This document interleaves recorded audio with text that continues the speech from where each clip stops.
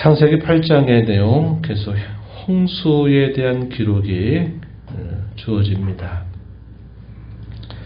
땅이 터지고 하늘에 위에 있었던 물들이 함께 쏟아지게 되면서 마침내 온 땅이 물에 덮이게 되고 방주는 떠올라서 정처 없이 오랜 세월들을 보내게 됩니다. 어제도 말씀을 드렸듯이 방주에서 보냈던 시간이 1년이 넘는 시간입니다.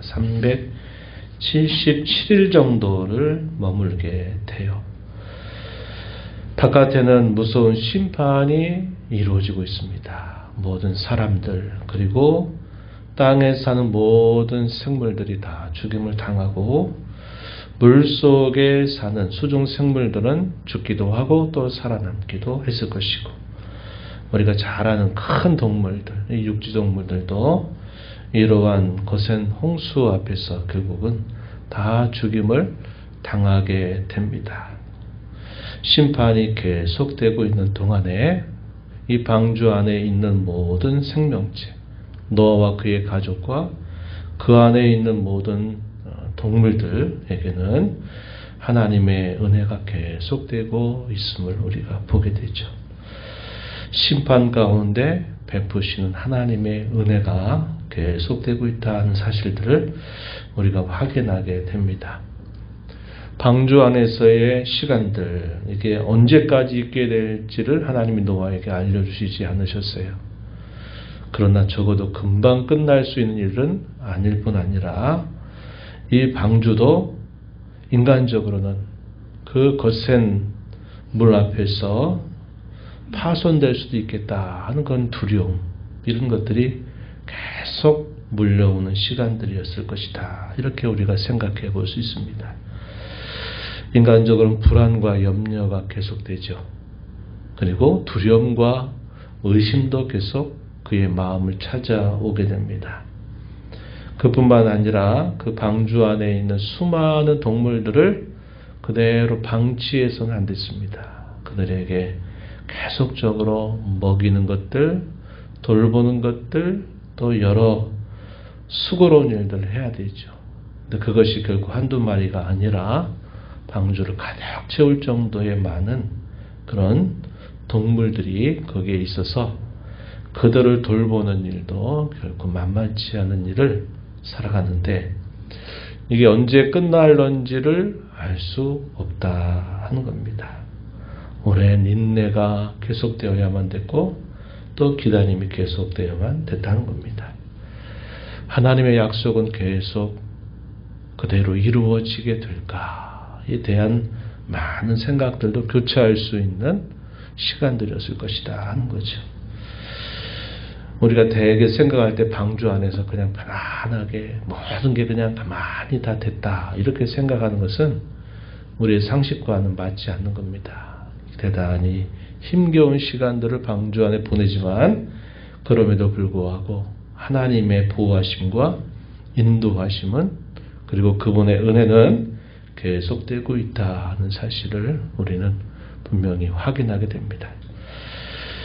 이 땅에 우리 살아가는 삶도 비슷할 것입니다. 하나님의 인도와 보호하심은 계속될 것이고 우리의 삶을 이끌어 가실 겁니다. 그러나 이 땅에 사는 우리의 삶은 수고를 떠나 살 수 없는 삶이고 믿음을 가지고 살면서도 여러 불안과 염려를 여전히 안고 살고 하나님의 말씀대로 때로는 그대로 이루어질까 하는 그런 의구심이 찾아오기도 한다 하는 겁니다. 인내하고 기다리고 믿음의 의심이 생길 때 그 의심을 몰아내고 믿음을 끊임없이 붙들고 수고로움을 감당하며 살아야 되는 삶이다 하는 사실들을 우리가 알게 됩니다. 참되고 영원한 안식, 하나님의 나라가 영원히 완성될 그날이 되기까지는 이러한 수고와 노력은 우리에게 계속되고 그런 모든 일들 속에 하나님의 은혜로운 손길은 역시 계속되고 있다 하는 사실들을 우리가 기억하면서 살아야 하겠습니다. 오늘 본문의 내용은 홍수에 대한 기록입니다. 1절부터 5절의 내용은 홍수가 맞춰지고 그 많은 물이 빠져나갈 때까지 오랜 기다림의 시간이 계속됩니다. 6절부터 12절 기다림의 시간이고 13절부터 19절 내용에서는 마침내 이제 방주 바깥으로 나오게 되는 그 과정을 소개해줘요. 마지막 20절부터 22절의 내용에서는 마침내 또다시 땅을 밟게 된 그 모든 손길들을 노아와 가족들이 감사하면서 하나님께 제사를 통해서 하나님께 영광을 돌리는 모습이 소개가 되고요. 하나님의 약속은 여전히 계속돼서 방주로부터 또 다른 세계가 시작이 되도록 하나님이 돌봐주십니다. 생육하고 번성하여 땅에 충만하라 하신 그 하나님의 복주심은 계속 된다 하는 것이고 다시는 물로 이와 같은 심판을 행하지 않을 것을 하나님이 말씀하시는 부분이 기록이 됩니다. 또 하나 특이한 사실은 뭐냐면 이 홍수 이전에 수증기층이 지구 전체를 둘러덮었던 그 환경이 아니라 그 수증기층이 다 땅으로 쏟아져 내리게 되면서 이제는 계절의 변화가 생기고 그리고 추위와 더움 이런 것들이 변화가 생기기 시작합니다. 우리가 합리적으로 생각하기에는 바로 그때 이런 변화로 인하여서 남극과 북극의 빙하들이 형성이 되고 그러면서 계절의 변화를 얻게 되고 사람의 수명은 한 반 정도로 뚝 떨어져 버립니다. 변화되는 환경에서 한 1000년 가까이 살았던 사람들의 수명이 한 반 정도로 떨어져요. 그리고 훗날에 또다시 인류가 번성하면서 하나님을 향하여 그들이 닫자 하는 마음으로 바벨탑을 쌓아가게 돼서 그 범죄 사건이 있고 난 다음에 사람의 수명은 또 반 정도로 탁 떨어져 버려요. 하나님께서 이 죄를 다스리시는 그의 섭리를 보여주셔요. 그래서 사람들이 크게 범죄할 때마다 수명을 계속 반씩 떨어뜨리고 그리고 나서 이제 거의 이제 우리 인류에 가까운 나이까지 이제 떨어지게 되는 역사가 계속되고 있다는 거죠. 죄가 가져다 주는 폐해입니다. 폐이기도 하고 죄를 품고 살아가는 인생들을 다스리시는 하나님의 섭리이기도 하다 하는 사실들을 우리가 확인하게 되기도 하는 것이죠. 물이 계속 줄어듭니다. 줄어들고 이제 하늘에서 비가 그치게 되면서 물이 땅에서 물러가는 일이 생겨요. 하나님이 바람을 일으키시게 되면서 이제 변화가 일어나게 됩니다. 그래서 377일 어제 말씀드렸던 그 날이 지나가게 되면서 이제는 그들이 이 방주 바깥으로 나오게 되는데 그런 과정까지 오랜 기다림이 있었다는 거죠. 하나님을 깊이 의지하면 의지할수록 마음에는 안심과 평안이 찾아오게 되는 것이고 하나님을 의지하는 정도가 좀 약해지면 의심이 또 불안함이 또 계속 마음을 주장하는 일이 생기는 겁니다. 똑같아요. 오늘 우리가 살고 있는 삶도 우리가 하나님을 믿고 의지하는 그 정도가 깊어지면요. 우리의 삶이 어떠하든지 평안과 안심이 우리에게 찾아오지만 우리가 하나님을 의지하지 않고 내 힘대로 내 뜻대로 하고자 하는 것이 많아지면 의심과 불안은 더 많아지게 되는 것이 영적인 이치입니다. 오랜 기다림을 이제 가지면서 노아가 한 일은 까마귀를 바깥으로 보냅니다. 까마귀를 보내게 되면서 이 까마귀가 계속 왕래를 합니다. 왜냐하면 물이 거쳐져 있지 않기 때문에 어디 쉴 곳이 없어요. 날아가다가 다시 방주로 돌아온 일이 반복이 됐고 그리고 노아가 그 후에는 비둘기를 바깥으로 내보냅니다. 한 3번 정도 내보내요. 첫 번째는 역시 그대로 돌아왔습니다. 일주일이 지나고 난 다음에 두 번째 또 비둘기를 바깥으로 내보냈는데 감람나무 잎사귀를 물고서 방주 안으로 들어온 걸 보고 이제 어떤 부분들은 많이 땅에 물이 거쳤구나 이걸 확인합니다. 또 일주일이 지나고 난 다음에 세 번째로 이 비둘기를 날려보내니까 그때는 다시 비둘기가 돌아오지 않습니다. 이 말은 비둘기가 살 수 있는 환경이 이제 이루어지고 있구나 하는 것을 보여주는 것이죠. 그리고 마침내 하나님의 약속대로 노아는 아라랏 안에 이 방주가 머물게 되면서 방주 바깥으로 나오고 모든 그 안에 있는 동물들이 바깥으로 나오게 됩니다. 하나님은 약속하셨어요. 17절 말씀 보시면은 이렇게 표현되어 있습니다. 너와 함께한 모든 혈육 있는 생물 곧 새와 가축과 땅에 기는 모든 것을 다 이끌어내라. 이것들이 땅에서 생육하고 땅에서 번성하리라. 하나님의 약속입니다. 처음 모든 세상을 창조하실 때 하나님이 복 주셨던 그 약속이 홍수 이후의 새로운 세상에서 계속 된다는 약속을 하나님이 또다시 확인시켜 주셔요. 노아는 그 방주에서 1년 넘는 시간 동안 보내면서 참 불안과 여러 많은 일들이 있었지만 하나님의 약속대로 결국은 그 방주 안에 모든 생명을 보존케 하신 은혜를 감사하면서 제단을 쌓고 정결한 제물을 취해서 번제로 하나님께 제사를 올리게 됩니다. 하나님은 이렇게 말씀하셨어요. 사람의 마음에 계획하는 바가 어려서부터 악하다. 전적으로 부패한 인생, 의지가 타락한 그런 모습을 보여주죠. 그래서 하나님이 다시는 사람으로 말미암아 땅을 저주하지 않겠다. 모든 생물을 다시 이렇게 멸하지 않겠다. 하나님은 약속을 해주시게 됩니다.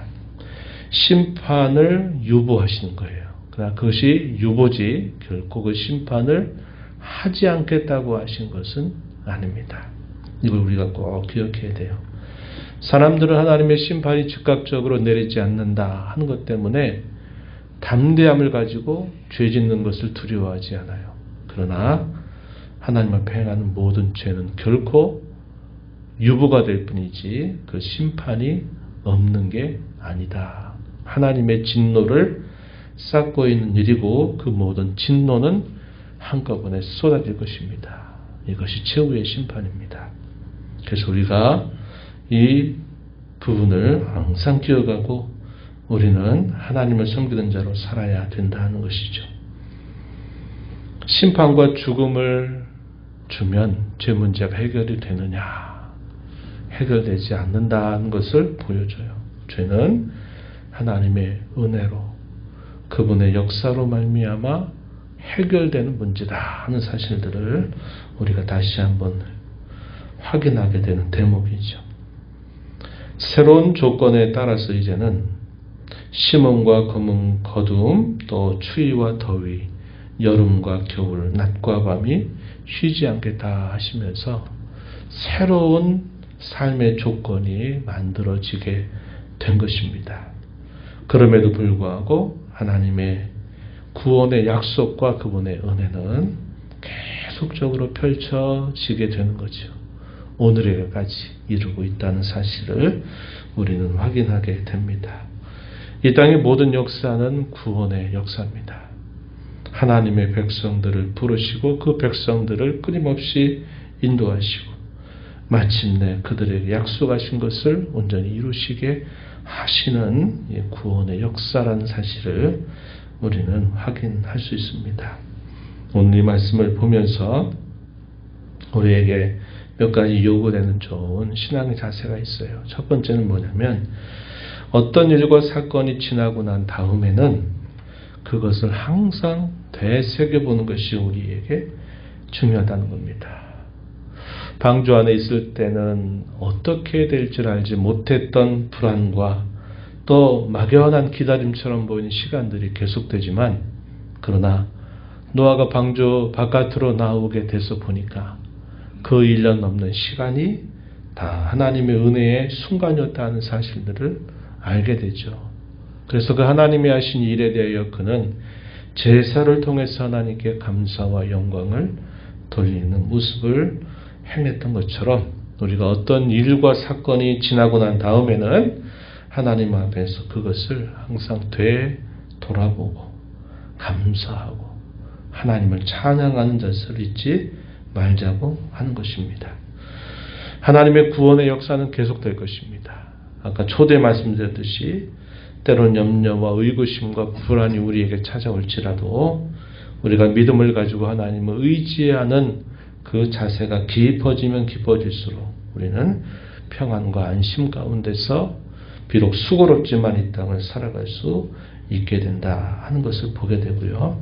우리가 이 땅에 사는 여러 많은 삶의 일과 사건들 속에서 우리는 낙심하지 말고 언제나 하나님을 바라보아야 되겠다 하는 것을 배우게 됩니다. 이러한 교훈들을 마음에 새기면서 우리 남은 삶을 하나님 앞에 값지게 살아가는 모두가 되기를 진심으로 축원합니다. 하나님 아버지 감사합니다. 이 새벽에도 저희들을 깨워주셔서 새날을 주신 아버지 앞에 나오게 하시고 주의 인자하심과 성실하심을 또다시 맛보게 하시고 앞서 행하시는 주의 말씀을 읽고 들음으로 하나님이 저희 인생들에게 베푸시는 변함없는 하나님의 은혜가 무엇인지 또다시 저희로 알게 하시고 저희가 이 땅에 살아가는 삶이 어떠한 삶인가를 또다시 알려주심을 감사합니다.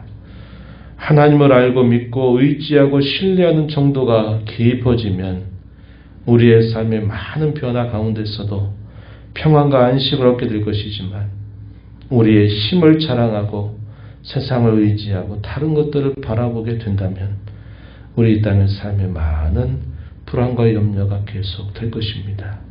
저에게 하나님을 믿고 신뢰하고 의지하는 그 신앙이 더 깊어지도록 늘 저희들을 인도하여 주옵소서. 은혜의 보호자 앞에 나와서 아버지 은혜를 구하는 모든 심령들의 간구의 길을 기울여 주시고 응답하시길 바라옵고 예수님 이름으로 기도하옵나이다. 아멘.